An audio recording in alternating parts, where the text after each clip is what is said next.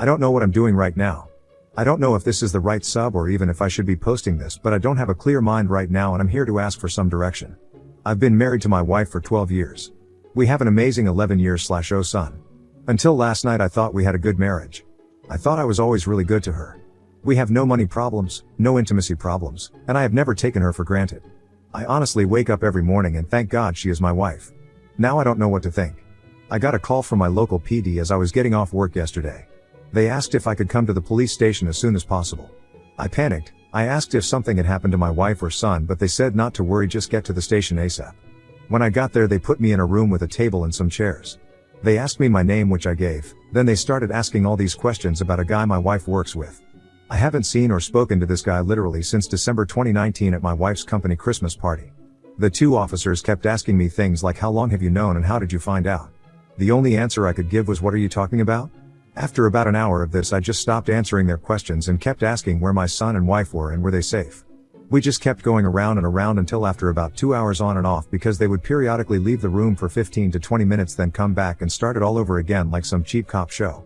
The last time they came in the cop handed me a tablet and showed me a video of my wife and the guy from her work having sex. I don't remember much right after that. I just remember screaming what the fist this over and over again. I had a full-blown panic attack right there in the middle of the police station.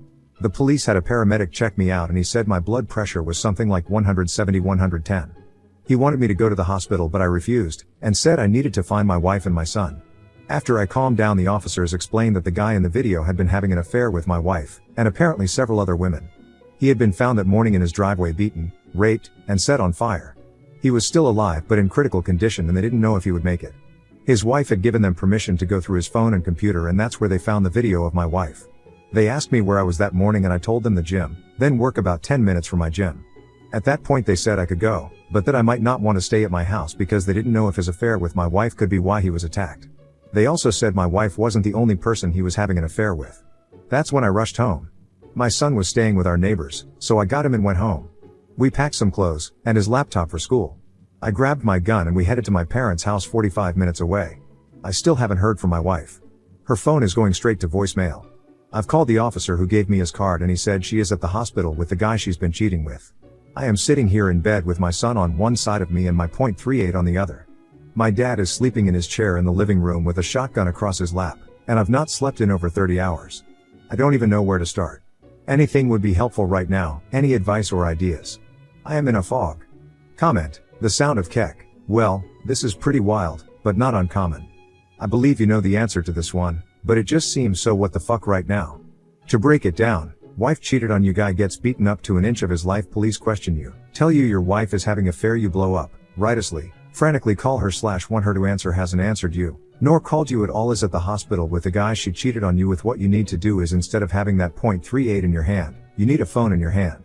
Get a divorce lawyer, and have these police officers properly document how she's with the guy she cheated on you with, and to get evidence of that sex tape they made. This will be uncontestable evidence that makes sure she won't get jack shit when you divorce. You'll be glad you did this. This will also help with custody arrangements down the line as well. I know it's a hard to swallow pill, but she doesn't love you. Imagine the love of your life, in the arms of another man who treated many women like his toys. You heard it firsthand of how many women he fucked over. She was worried about his safety over your own. But, I know you're hurting very much, but realize that if this gets really messy, divorce-wise, your kid will literally be shattered beyond belief. It's your duty to bring this horrendous bullshit to a swift end, so she can't raise hell back. I hope you'll get a good night's sleep soon, both for you and your kid. It sounds like you're all he has, besides your parents. Yeah, my parents are up now and my mom has been in to check on us. I think what you said is the best plan. At this point I don't even want to know any more than what I found out yesterday. I'm sick and disgusted by this whole situation. 14 years together down the drain. But I got my son out of it, so it was every bit worth it. Complete_entry. Get a fucking lawyer, these cops already like you for a suspect. Practice your fucking right to remain silent, do not even go into the fucking interview room again, they were trying to walk you into a confession here. Update 1, I attempted to post this on Saturday 12/19 but it didn't go through, and I got blocked from reposting because I asked a yes/no question anyway. Here it is again. I am working a bit so I may not be able to reply that much right now. My original post was removed but a lot of people messaged me and asked for an update. I thought I would fill everyone in on what has happened this week, because the replies I got helped me so much. I really feel like I owe this community a big thank you for helping me get my head on straight, and pointed me in the right direction to get everything done as fast as possible. For those people who said my post was fake, my only reply is I wish, from the bottom of my heart, it was. Sometimes the truth is stranger than fiction. For those who said they couldn't find a news story, apparently due to the nature of the attack a lot of information was withheld. Even our local news outlets only reported it as an assault, and it was nothing more than a blurb on our nightly news. For those who implied or directly stated the police wouldn't do that, you are 100% wrong, because they did. I found out from my lawyer that police can literally do or say anything they want, especially if you aren't under arrest, short of direct threats of harm. That includes lying directly to your face, which they did. It turns out my wife wasn't at the hospital with her lover when I contacted the detective. She had been admitted to that hospital's psychiatric facility much earlier in the day, while he was still in surgery. I don't know why they would lie about that, but they did. Needless to say, this situation has caused me to become very suspicious of law enforcement. After I woke up that afternoon, I contacted my uncle's law partner, who is a family friend. He actually came to my parents' house and sat down with me to go over my options. His entire law firm is now representing me, both in the divorce and criminal defense.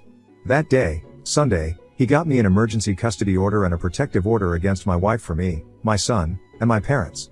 Our court date is in 60 days. The police served her on Monday as she was leaving the psych hospital. According to her brother, who is a close personal friend of mine, she did not take it well. She is staying with her parents for the time being. I still haven't talked to her, and she hasn't made any attempt to speak to me either. Whether that's due to shame, indifference, or the order of protection, I don't know, but I'm glad of it all the same. My wife is not the person I thought she was, and I'm ashamed of myself for not seeing it sooner. I had to tell my son something, so I decided to tell him the truth, age appropriate, and literally the first words out of his mouth was, "Please don't let mommy take me away." I asked him why he would say that, and from what he tells me, my wife has been treating him very badly when I wasn't around, and told him, if he told me, she would take him away and my son would never see me again. She has been emotionally torturing our son, and I was too blind to see it. That wrecked me more than the video, to be honest. I told the lawyer about what my son said, and he used my son's statement and her mental state and commitment to get the emergency custody. I have contacted his school for therapy resources, and he will start therapy after the first of the year. I feel like the worst father to ever walk the face of the earth at this point. As for our families, her parents contacted me Tuesday and asked to come see us. I was still at my parents' at the time, and I told them they could come, but she was not allowed anywhere near us. They agreed. They were so apologetic, and her poor mother didn't stop crying the entire time she was with us. Her father was heartbroken and kept referring to my wife as that girl. They both said they felt like something was going on with her, and they did not raise her to be this way. We hugged and cried before they left, and I told them they will always be a part of our lives no matter what happens with the divorce. After what my son told me, their visit was the hardest part of our whole ordeal. My lawyers have been doing amazing work so far. They found out that the man my wife was sleeping with has a long criminal record. One of the lawyers informed me that when they went to print out the guy's arrest record, the printer ran for 5 minutes straight. From what they could learn, he is currently on parole for drug offenses, and has had gang affiliations in the past. He is still alive but in critical condition, and still may not make it. The firm has an investigator who contacted the coworker who drove my wife to the hospital. The coworker informed them that my wife's affair was an open secret around the office. My lawyers think that's how the police figured out who I was, and who my wife was in the video. There are several photos of last year's Christmas party at her work, and my wife and I are in several of them. That's where I currently am in this whole situation.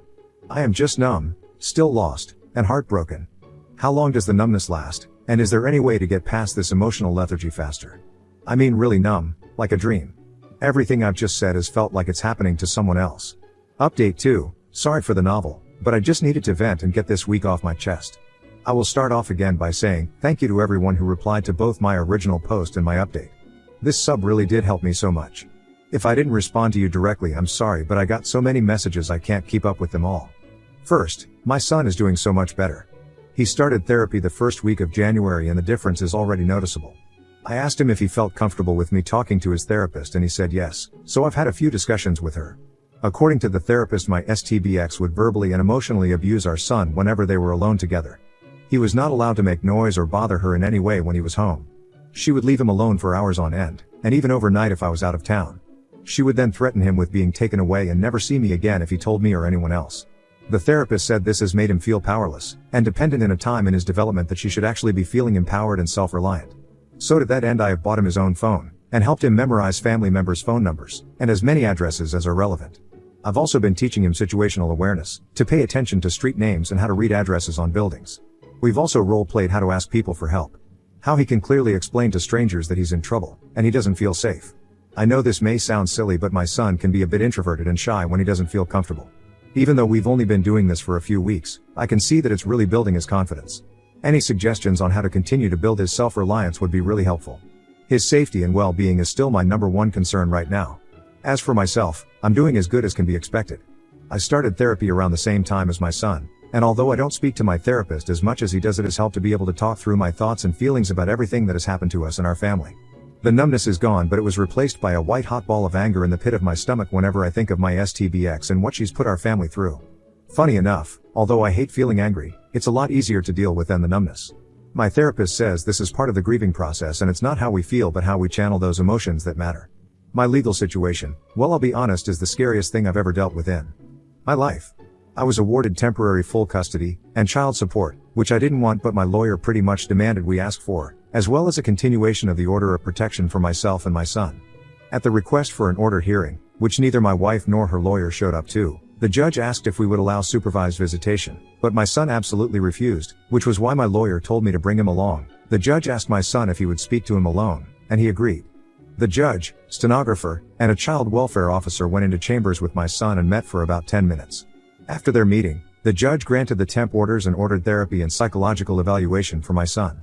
Luckily, the therapist he is seeing is somehow involved with, or accredited to work with the court, so he doesn't have to see another therapist. My lawyer said this is a good thing because it means his therapist can give a recommendation for custody. But it still scares the hell out of me that she could get some form of custody after what she put him through. As for the AP, I don't know much. From what my lawyers have gathered, he's alive but still in the hospital.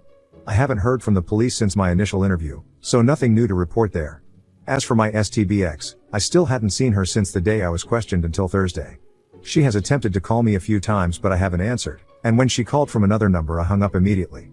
I have nothing to say to her, and I don't want to hear anything she has to say to me. Her lawyer requested a preliminary hearing for our court-appointed mediation. She was served the second week of January. She was there with her lawyer, and I know this will sound petty, but even with the mask she looked bad. My STBX was always an attractive and athletic woman. I swear in our wedding photos she looks like a supermodel, but now, well, she's lost so much weight it's disturbing. She looked sick and frail.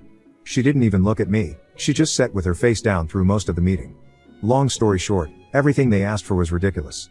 They wanted visitation during the divorce proceedings and shared custody after. They want us to drop the ops. She wants to cohabitate until the divorce is finalized. I'm not joking. After all this, she wants to live in the same house. It was so insulting that my head throbbed through the whole meeting. But it was all worth it for the big reveal we gave to her lawyer.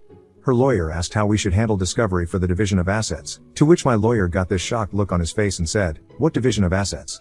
Read the prenup." The look on her lawyer's face was priceless. She hadn't told her lawyer about the prenup.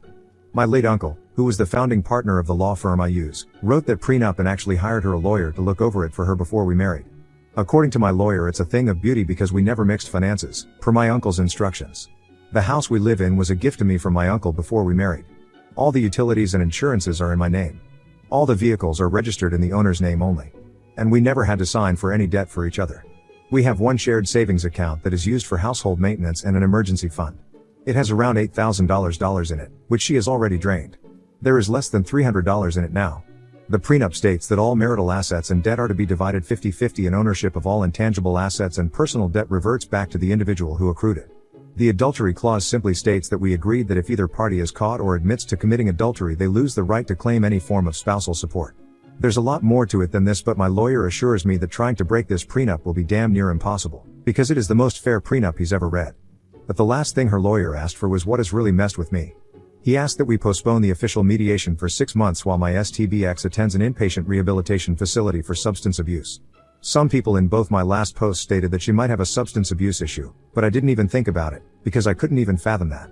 I talked to my lawyer and he said that we would discuss it and get back with them about our decision on that. Before we left, my STBX spoke, literally for the first time, and asked me to read a letter she had written me. My lawyer gave me the "this could be a snake so be careful" look, and I debated with myself for a moment but decided to take it. When I got home I read it, and now I wish I hadn't. It started off with all those busted cheater platitudes that everyone warned me about. I love you, I love our family, I know I'm mistreated, son, and I hate myself for it, I want us again.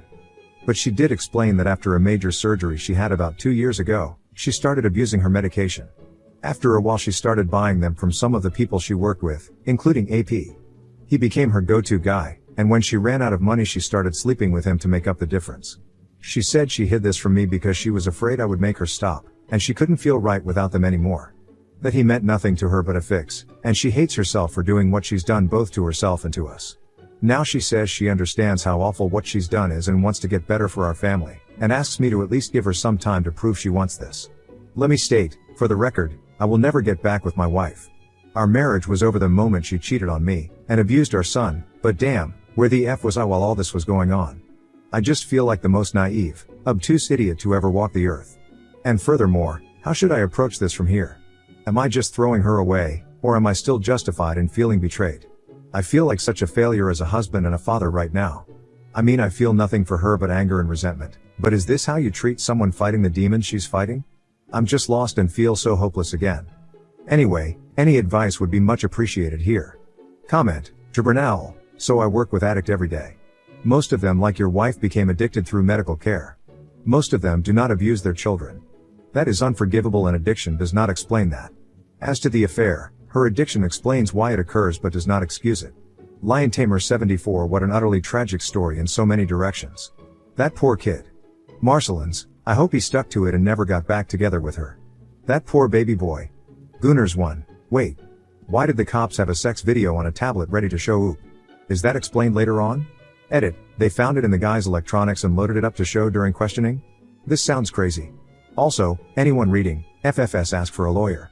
Lucy fell, got as far as the lawyer bit and went nope. If a law firm is big enough to have both a family law and a criminal law division, they are too big for the entire firm to be representing a family friend for free. I don't care how good of a friend the dude's uncle is.